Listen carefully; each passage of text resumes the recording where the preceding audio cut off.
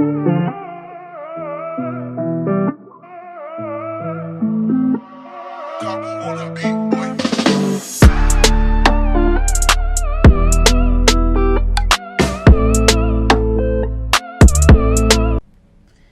chers amis d'Aphrodite, bonjour ou bonsoir, ça dépend d'où vous nous regardez en ce moment, ça dépend du fuseau horaire. Donc bonjour à vous tous qui nous regardez au Canada, en Afrique, en Amérique et partout dans le monde. Je vous dis bonjour et bienvenue dans cette nouvelle émission Aphrodite et merci à vous tous qui vous êtes déjà abonnés à notre chaîne. Aujourd'hui, je reçois une dame qui va se présenter dans un instant. C'est une dame que j'ai appris à connaître. C'est une dame qui a été citée dans l'une des émissions, donc dans la première émission par Elena. Et donc, j'avais lancé un appel à Carole de passer dans cette émission. Voilà, aujourd'hui, elle nous invite dans l'un de ses magasins solidaires. Bonjour Carole. Bonjour Karine. Voilà, est-ce que tu peux te présenter à tous ceux qui nous regardent aujourd'hui? Oui, bonjour à tous.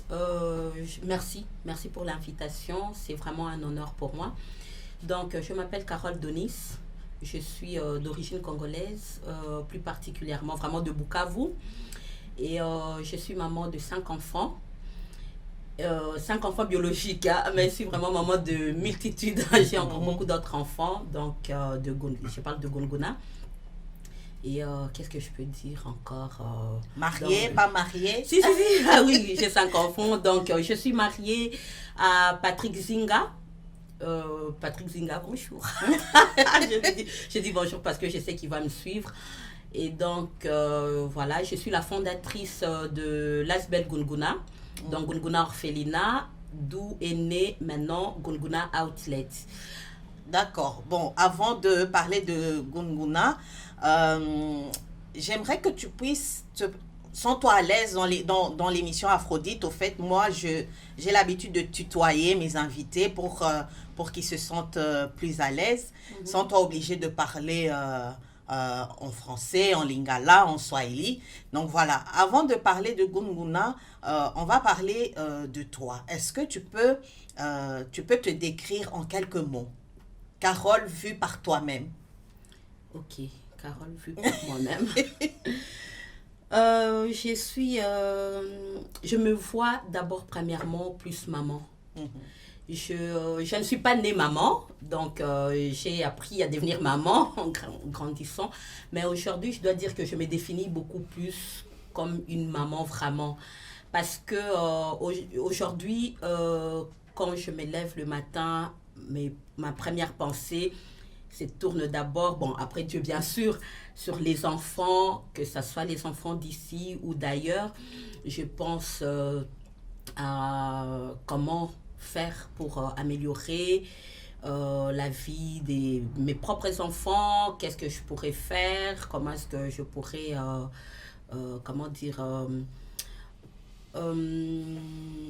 je ne sais pas comment expliquer ça, mais bon, je pense que toutes les mamans, tous les parents font ça. Donc, je suis d'abord une maman. Et puis, ensuite, je sais que je suis une personne qui aime beaucoup les gens. J'aime beaucoup les gens, j'aime être entourée, j'aime apporter de la joie et le bonheur partout où je passe. J'aime, comme on le dit, j'aime être une bénédiction pour toutes les personnes que je rencontre. C'est vrai qu'on vit dans un monde où il y a des hauts et des bas, les problèmes ça manque pas, mais je préfère rester positive. J'aime rester positive et apporter la paix, la joie, des choses comme ça autour de moi. Et c'est vrai qu'en ce temps de confinement, parce que 2020 a été une année très difficile, en ce moment, on a vraiment besoin des personnes comme Carole qui nous apportent la joie au quotidien. Voilà. Même quand il ne fait pas beau. Ça, oui. C'est bien dit. Et on va rentrer dans le vif du sujet parce qu'il y a quelques semaines, j'avais reçu Elena Matundu de l'Asbel Jefaya qui nous avait un petit peu parlé de toi. Tu fais partie de l'une des nombreuses femmes qui ont été inspirées par Jefaya. Voilà pourquoi je suis venue te voir aujourd'hui. Alors, d'où est partie ton inspiration pour pour fonder Gunguna? Alors, comme je l'ai dit tout à l'heure, donc je pense que c'est mon cœur de maman qui m'a poussée à penser plus aux autres enfants qui ne sont pas le mien. Et c'est par là que cette inspiration est partie. Donc, envie d'aider, envie d'être là pour les autres, d'être au service des autres, c'est ça, le bon mot. Et quand on a commencé Gunguna, on a essayé vraiment de nous renseigner à gauche et à droite. Et c'est comme ça que il y a donc mon oncle, donc l'oncle de mon mari, qui m'a parlé de Jefaya en me disant qu'il y a une association qui s'occupe des femmes entrepreneurs africaines ici en Belgique. Et je connais la présidente et c'est ainsi qu'il m'a dirigée vers Elena. Alors, quand j'ai pris, je me souviens encore, quand j'ai pris le premier contact avec Elena, je l'avais appelée juste 2 jours avant. Elle organisait, je crois, comment ça s'appelle, Dewan. Oui. Dewan. Je ne sais plus c'était la quantième édition, mais ça date déjà d'il y a 6-7 ans, je pense. Hein. Et elle m'a invitée directement, elle m'a dit, écoute, nous, viens, je vais te présenter d'autres femmes africaines qui entreprennent ici en Belgique. Et comme ça, tu pourras un peu élargir ton réseau et tout ça, comme il y avait du networking et tout ça. Je suis partie, je me souviens encore de cette femme qui était vraiment occupée. Elle avait beaucoup d'invités qu'elle recevait ces jours-là. Mais dès que je me suis présentée à elle, elle a trouvé du temps pour moi. Elle a trouvé du temps pour moi. Donc, j'ai trouvé ça vraiment très bien. Une femme qui a de la place pour tout le monde. Et je ne sais pas comment elle arrive à faire ça. Mais d'ailleurs, j'ai appris beaucoup d'elle. Ça, il faudrait que j'apprenne encore d'elle. Je n'ai pas encore fini d'apprendre d'elle. Et c'est comme ça que je lui ai parlé de mon projet. Elle m'a donné la possibilité d'en parler aussi à d'autres personnes. J'ai eu beaucoup d'encouragements à chaque fois que je disais aux gens que voilà, Gunguna vient de commencer. Nous allons nous occuper des enfants pauvres, démunis, orphelins et tout. Et j'ai vu que c'est un projet qui ne touchait pas qu'une personne, mais plusieurs. Et alors par là, c'était vraiment... La porte, elle était déjà ouverte, mais elle s'est ouverte encore beaucoup plus. Et c'est comme ça que Elena a pris cette charge-là de m'accompagner, de me guider, de me montrer comment ça se passait, les milieux associatifs, où est-ce que je dois aller, à quelle porte il faut frapper, qu'il faut rencontrer, parce que c'est pas évident quand on ne sait pas par où commencer. Et voilà, jusqu'à aujourd'hui. Donc, on va dire 80% de ce que Gunguna est devenu aujourd'hui, nous les devons quand même à Jefaya parce qu'on a été soutenus. Au début, j'avais vraiment du mal même à m'exprimer, à prendre la parole en public. La vice-présidente de Jefaya, Mireille qui est coach, coach et tout, qui m'a coaché aussi, qui m'a dit voilà comment est-ce que il faut s'y prendre, comment il faut faire passer le message. Alors, donc, justement, tu parlais des débuts. Parle-nous un peu des débuts de l'ASBL. Oui. Comment est-ce que tu as commencé avant de rencontrer Elena et même après, oui. Normalement, ça doit faire partir d'une histoire. Tout à fait, tout à fait. Donc, comme je l'avais dit au début, donc je suis originaire de Bukavu. Je suis née à Bukavu, grandie à Bukavu. Je suis l'aînée de 8 enfants, d'une famille de 8 enfants. Et donc, je suis arrivée en Belgique en 98. Mais j'ai vécu vraiment la première guerre de 96 si j'étais là. En 98, juste quand je suis arrivée, il y a eu la deuxième guerre que je n'ai pas vécue. Et depuis, je suis restée en Belgique. Et en 2009, là, j'ai dû repartir pour le mariage du frère d'une amie. Et c'est là que je découvre ma région, Bukavu, où je suis née, j'ai grandi, qui n'était plus du tout la même. C'était plus ça que j'avais laissé. Et donc, j'ai découvert des enfants qui étaient dans la rue maintenant, qui commençaient à mendier, des enfants de 6 ans et tout. Et je me suis dit, ça m'a touchée parce que Bukavu n'est pas grand. C'est très petit, on se connaît quasi tous et on sait comment on vit là-bas. Et donc, quand je retourne, je vois ça, je me dis, non, on n'a peut-être pas... Il y a des familles pauvres aussi qui existent, mais on ne laisse pas les enfants comme ça dans la rue. C'est que la guerre a fait quand même des ravages. C'était plus possible. Je suis revenue 2 semaines après en Belgique. Et bizarrement, j'ai commencé à déprimer. J'ai repensé ces images-là, me revenaient. J'ai déprimé, j'ai commencé à réfléchir. Qu'est-ce que je peux faire pour, pour aider pour aider parce qu'on s'est dit, voilà, j'ai envie d'aider. Je suis limitée, je me sens impuissante parce que financièrement, ça ne va pas. Et à ce moment-là, on a l'impression qu'il faut absolument avoir suffisamment d'argent pour faire quelque chose. C'est ça la première idée, au fait, qui vient. Et je me suis dit, bon, comme financièrement ça ne va pas, je vais essayer de me renseigner auprès de la Croix-Rouge, d'UNICEF, donc les organismes que nous on connaît, qu'on connaît, j'ai dit, pour être bénévole, et savoir comment faire. Et donc, et en me renseignant, je me rends compte que, au fait, ce n'est pas possible. Ce n'est pas possible, ce n'est pas toi qui choisis que voilà, moi j'ai envie de travailler avec vous, mais en aidant Bukavu, ou en faisant ci, en faisant ça.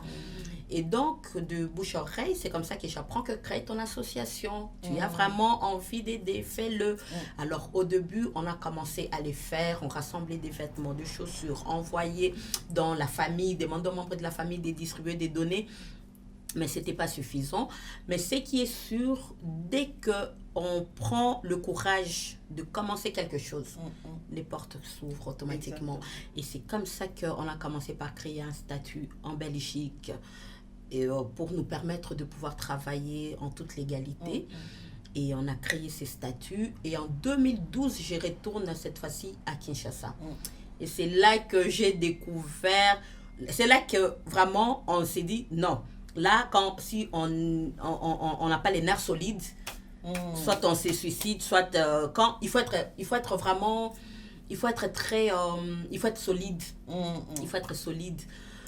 Et un jour, je me souviendrai toujours, un soir, je vais sur une terrasse avec des cousins, cousines, on mangeait les tabac et tout. Et je vois un petit garçon, il était 22h, qui vendait des petits mouchoirs, je sais pas si des petits mouchoirs, des papiers mouchoirs qu'on connaît là. À l'époque, c'était 100 000 francs. Le paquet de mouchoirs, 100 000 francs. Je crois que c'était l'équivalent de 10 cents, comme ça. Un truc comme ça. Et alors, qu'est-ce qu'il faisait quand les gens, parce qu'il y avait d'autres tables tout autour, et quand les gens finissaient de manger, tu vois, les os, ou la graisse, des restes là, que les gens ne mangeaient pas, lui, il mangeait ça. Et là, ça m'a brisé le cœur, je l'appelle. Je lui dis, oui, t'as quel âge? Je me dis, il a 6 ans. Et ça tombe qu'à ce moment-là, j'ai un enfant de 6 ans, un petit garçon aussi. Donc, je voyais mon fils au travers de ces petits garçons à 22h. Je lui demande, tu ne vas pas à l'école? Il me dit, si, je vais à l'école. Je vais me lever à 6h du matin. Je lui dis, mais pourquoi tu as des parents? J'ai juste ma maman. Papa a Koufa. J'ai dit, mais ta maman te laisse vendre le mouchoir. Oui, c'est elle qui m'a envoyé parce que sinon on ne sait pas manger, on ne sait pas aller à l'école et tout ça. C'est là que je me suis dit non, je reviens. Et c'est comme ça que j'ai même pris la décision vraiment de me concentrer là-dessus, de mettre les documents en ordre et de commencer, de lancer cette association justement pour devenir vraiment les voix de ces enfants-là.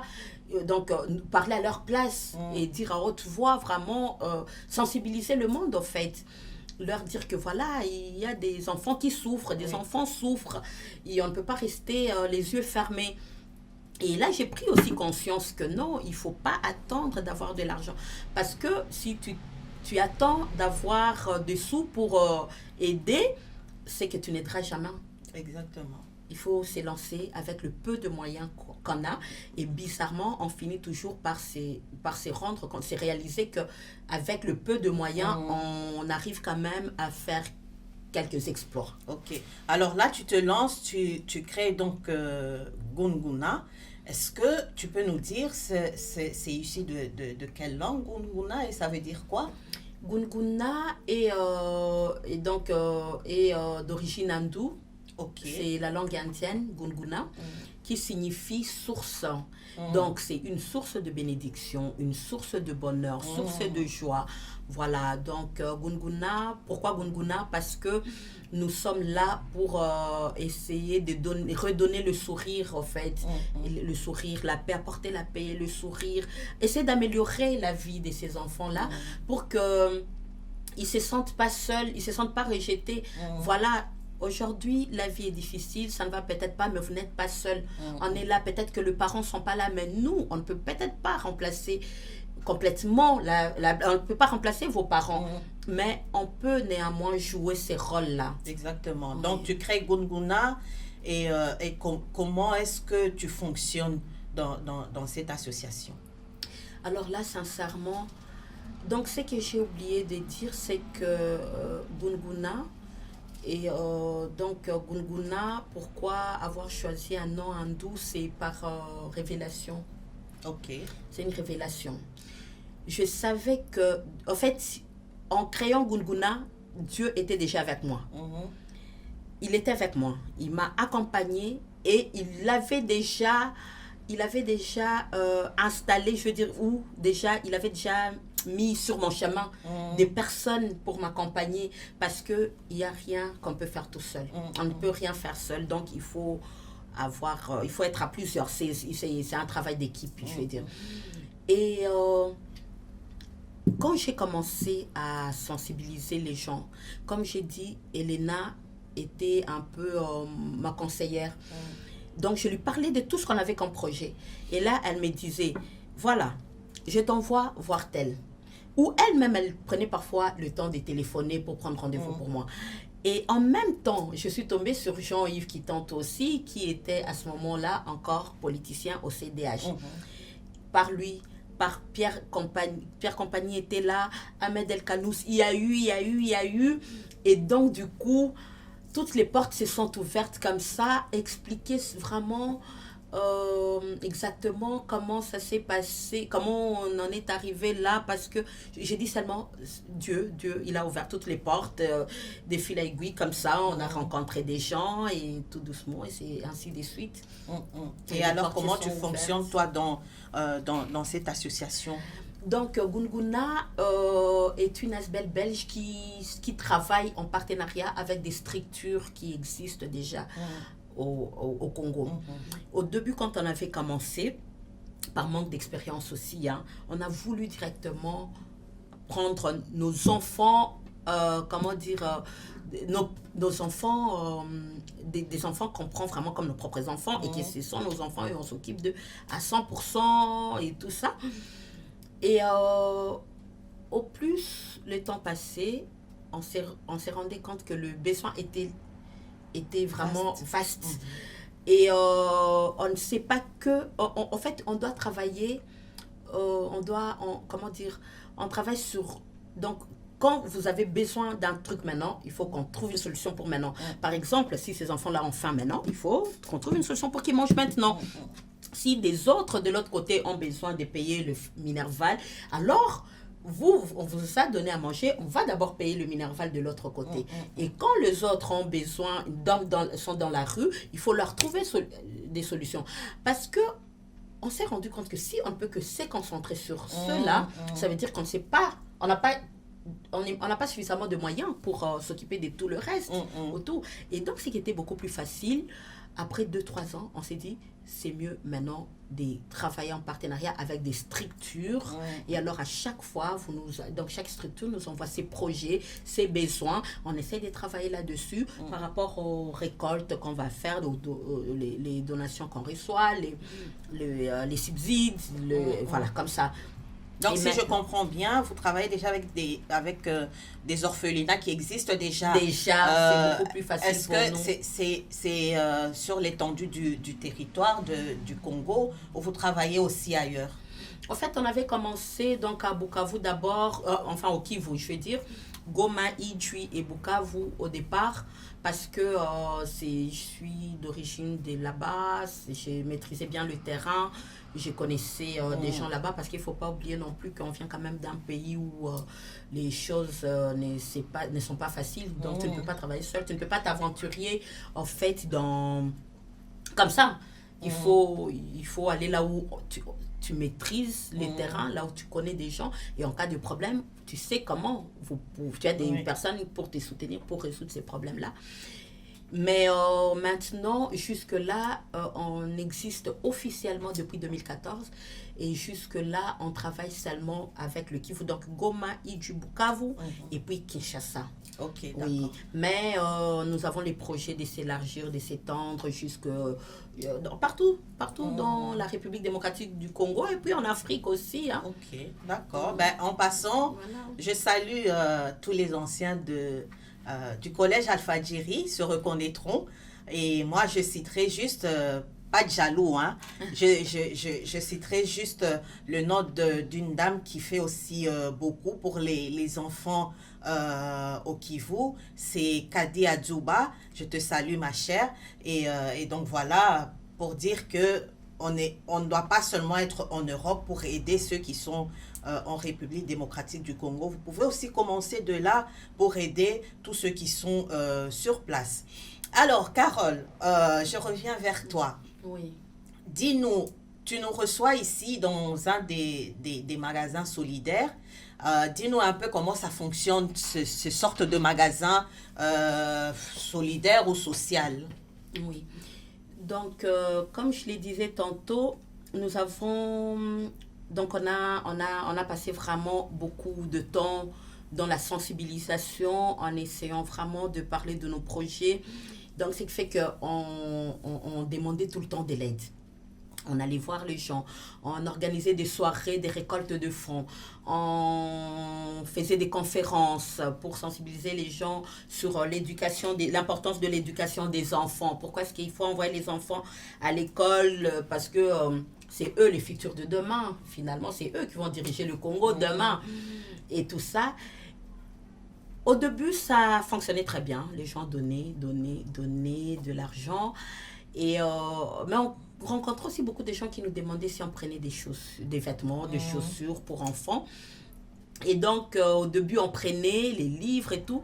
Mais on a rencontré un problème au niveau de l'expédition. Comment faire pour expédier tout ça? Ça coûte beaucoup d'argent. Ça coûte beaucoup d'argent. Au final, autant mieux l'argent qu'on va investir dans l'expédition, autant mieux aller faire quelque chose avec ça, investir ça dans le besoin des enfants. Et donc, du coup, on s'est dit, on ne peut pas non plus refuser le don des gens.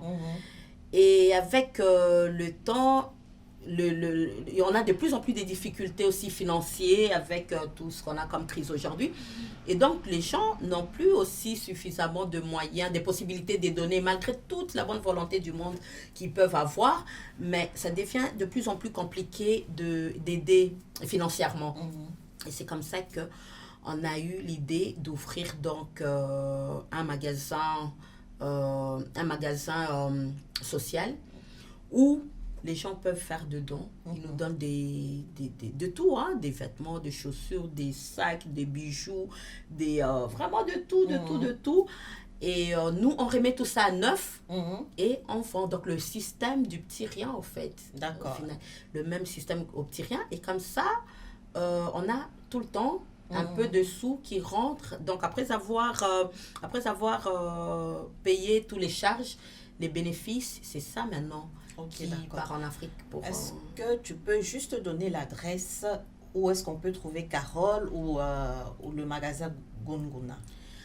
Alors, on a jusque-là, on a 2 magasins, mais l'officiel, on va dire, qui est plus ou moins stable, c'est la rue Métis, numéro 15, 1030 Scarbeck, pas loin de la commune d'Escarbeck.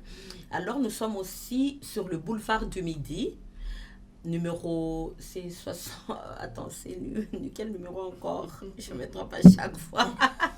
Ah, j'ai ça ici, pardon. J'ai ça. Ah oui, pardon. Ah oui, c'est ça. 116 boulevard du Midi à 1000 Bruxelles. Donc voilà, c'est l'adresse aussi de notre siège social. Hein.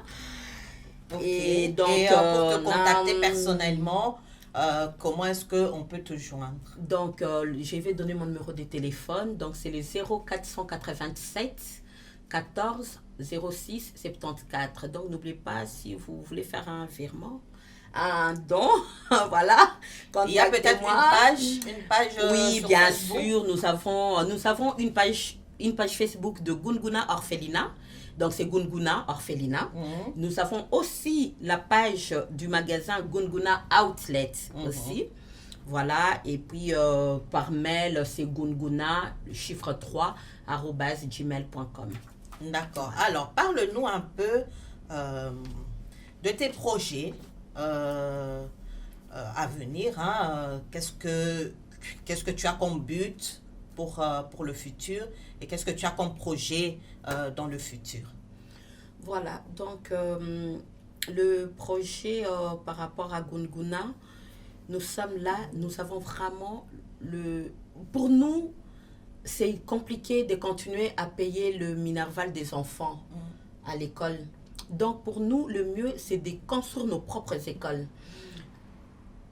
Les orphelinats. Et voilà, parce que pour que les enfants, en fait, le but, c'est que les enfants aient accès à l'éducation à l'école gratuitement. C'est ça. C'est ça, je vais dire que c'est vraiment notre combat, le premier combat, comment on dit ça en français, primaire, ou oui, voilà, hein. Ah, c'est ça. Hein? Oui, primaire. Voilà. Il n'y a pas de... Ben oui, tu m'as dit de me sentir libre de parler en lingala ou en swahili. Donc, oui, vas-y. Quand je ne connais pas, je pose la question. Voilà. Mais bon, j'espère que vous comprendrez. Donc, c'est d'abord ça, d'abord, et puis la santé aussi. La santé, parce que les systèmes de quand un enfant est malade et que tu dois d'abord payer avant de te faire soigner à l'hôpital là-bas, c'est difficile, c'est compliqué. Non, ça aussi, vraiment, il faut qu'on arrête ça aussi. Donc là d'ailleurs à Kinshasa maintenant nous travaillons en collaboration avec l'association des médecins congolais de Kinshasa. Et donc, eux aussi, c'est tous les médecins qui se sont mis ensemble pour offrir les soins de santé gratuitement aux enfants de la rue, aux orphelins et tout. Et on a beaucoup de projets ensemble, on est en train de travailler pour voir, parce que eux aussi, ils ont cette bonne volonté vraiment de le faire, mais ils sont un peu limités aussi au niveau des matériels, les médicaments, tout ça. Et donc, nous, on a quand même cette possibilité-là ici, parfois d'introduire des demandes, parfois pour obtenir quelques médicaments, quelques machines dans les hôpitaux. Ce sont des projets à venir, on travaille dessus et grâce à Dieu, ça va donner. Voilà, et si tu devais lancer un appel aujourd'hui à toutes les personnes qui nous suivent, dans quel secteur est-ce que tu pourrais lancer l'appel? Non, moi si on veut te soutenir, par exemple, dans tout ce que tu as comme projet aujourd'hui. Oui, mais moi je dirais que après toutes ces années, j'ai rencontré quand même pas mal de personnes qui m'ont confié avoir ces besoins de venir en aide aussi à d'autres enfants, mais qui par contre ne savent pas comment commencer, comment s'y prendre et tout. Moi, j'ai eu cette grâce-là d'être tombée sur Elena, sur d'autres personnes aussi qui m'ont soutenue, qui m'ont aidée, qui m'ont guidée, qui m'ont montré comment faire. Et moi, je dirais que je ne suis pas la seule. Il y a encore d'autres associations qui font le même travail que moi. Mais c'est toujours pas assez. Donc, premièrement, moi, le premier appel que je fais d'abord, c'est de demander à toutes ces personnes-là qui se sentent vraiment disponibles, qui sont disposées à aider, alors de venir aider, soit eux-mêmes qui viennent vers nous s'ils veulent faire leur propre association aussi, ou qu'on se mette tous ensemble, qu'on soit à plusieurs à faire ce travail-là. Parce que moi, si par exemple aujourd'hui j'ai besoin de soutien, d'aide, je vais t'appeler toi. Et après je suis limitée. Je ne sais pas. Derrière toi, peut-être, toi tu sais toucher 5 personnes. Derrière ces 5 personnes-là, peut-être que les 5 personnes peuvent toucher encore 10, 20, 30. Et c'est comme ça que ça doit aller. Parce que même si je dis aujourd'hui j'ai besoin de finances, je viendrai chez toi, tu me donneras les finances, après je vais les utiliser, ça sera fini. Et tout ça. Alors que quand on fait une sorte de chaîne, des chaînes d'associations au soutien que ce soit les enfants orphelins, les enfants malades, les handicapés, les familles pauvres, les veuves, donc il y a besoin, il y en a tout plein.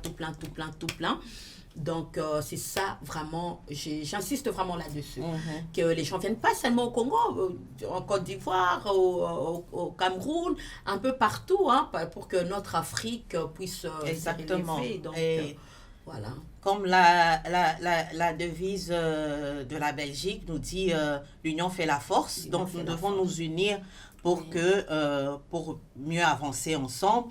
Et j'ai ouï dire que tu faisais une action, parce que tu vas bientôt aller au Congo, tu faisais une action pour soutenir les orphelins. Tu peux nous parler un petit peu de cette action? Oui, en fait, depuis plusieurs années, donc, on organise tout le mois de décembre une fête de Noël solidaire. Noël solidaire consiste à demander aux gens d'apporter les cadeaux, les jouets que leurs enfants n'ont pas utilisés ou n'ont pas cassés. Ça ne doit pas être nécessairement neuf. Mais vous nous amenez vos jouets et dans la soirée aussi, vous consommez à un prix social, hein, à manger, à boire. Et donc, le jouet que vous nous amenez de vos enfants, nous, on les ramène en Afrique pour que les enfants de l'Afrique aussi, que le Père Noël passe quand même par là aussi. Et l'argent que vous donnez lors de la soirée, ça aide aussi à offrir un repas aux enfants. Mais cette année, étant donné qu'on n'a pas pu organiser grand-chose à cause du Covid, donc l'idée qu'on a eue, c'est de faire de petits colis comme ça. Donc, voilà. Voilà, c'est ça. Voilà. Donc, c'est de petits coffrets cadeaux. D'accord. De petits coffrets cadeaux qu'on a mis maintenant à disposition de toutes les personnes de bonne volonté de les acheter. Oui. Donc, vous achetez ça au prix de 20 €, 25 €. Et cette année, alors moi, bientôt quand je vais partir, cet argent que vous allez donner en achetant le coffret servira alors à acheter carrément directement les jouets là-bas et à organiser un repas de Noël et à faire leurs provisions. D'accord. Alors, ça. Les coffrets sont là. Il y a déjà certaines personnes, j'ai vu sur Facebook, qui sont passées, entre autres Elena, Lydia Mouchebele, Feza Mouchobekwa. Donc voilà, on a cité... Et donc, on a Betty Ola, il y a Jordi, il y a... Mais on ne sait pas malheureusement on ne sait pas citer tout le monde. Donc, alors, ça, ce sont juste des si exemples. vous voulez aussi avoir votre coffret, passez donc au magasin. Carole est là à tous les jours. Oui. Est-ce que tu peux nous donner les horaires et tu nous redis de nouveau l'adresse? Donc, nous sommes basés à la rue Métis, METSYS, numéro 15, 1030 Scarbeck. Nous sommes ouverts du lundi au samedi de 10h30 à 18h30. Vous savez, toujours mon numéro de téléphone si vous voulez passer par rendez-vous, parce qu'on effectue les livraisons aussi, hein, et les envois aussi. Donc, contacte-moi au 0487 14 06 74. Donc voilà, c'est dit. On espère que vous allez passer. En tout cas, c'est joliment emballé. C'est vraiment très joli, très beau. Et donc, passez pour soutenir tous les orphelins de la République démocratique du Congo en leur offrant un Noël joyeux, un Noël où ils peuvent aussi se sentir aimés. Donc voilà. Je pense qu'on a fait le tour. Carole, est-ce que tu as un mot de la fin? Si tu veux dire un bonjour à quelqu'un ou faire un appel particulier. À toi la parole. Libanga ezanga kate. Donc chez nous, Libanga ezanga kate. Voilà. Donc je vais commencer d'abord par mon très cher et tendre époux, Patrick, qui est aussi le vice-président de Gunguna, parce que sans lui, Gunguna ne serait pas là où aujourd'hui. Hein? Donc, alors nous avons tous les membres de Gunguna. Il y a Marcelin, il y a Betty Ola, il y a Betty Kambi, il y a Branda, il y a Laurent Assoumou qui nous aide au niveau administratif. Il y a pas mal de gens, voilà. J'ai dit donc, voilà, je cite un peu tout le monde. Et puis, nous avons les membres adhérents qui sont nombreux, qui nous soutiennent beaucoup, Nadine Pongo et tout. Donc, on ne sait pas citer tout le monde. Mais voilà, j'ai dit vraiment merci. Merci à toi, Karine. Merci à Gérard derrière la caméra. Merci beaucoup. Parce qu'il nous soutient depuis le début. Hein. Gérard, il est là depuis le début. Canabazao. Ouais, monsieur le caméraman. Donc, merci beaucoup. Merci. Comme mes enfants l'appellent en français, c'est Gérard Canabazao. Ah, Donc, ben voilà. Ça, c'est en français. Ça, c'est en français. Ok, Mais ça pour va. ceux qui connaissent, c'est Gérard Canabazao. Donc, Oui, voilà. Donc, voilà. Et merci à vous tous qui nous suivez. Joyeux Noël, hein, meilleurs vœux, hein. On dit merci à Dieu parce que cette année n'a pas été facile et grâce à Dieu on est encore là, on est vivant, on est en bonne santé et le meilleur reste à venir. Ah ben, exactement. Et en parlant de ça, je salue Julie Tchenda en passant. Ah oui, oui, Julie Tchenda, oui, bonjour Julie. Donc, vraiment, le meilleur reste à venir. Nous espérons que la pandémie qui nous a mis par terre va passer, hein, on espère. Et voilà, meilleurs vœux à tout le monde, à tous ceux qui nous regardent sur YouTube, sur Facebook.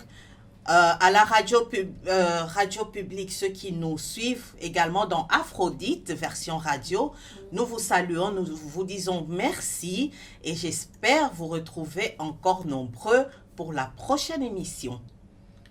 Au revoir.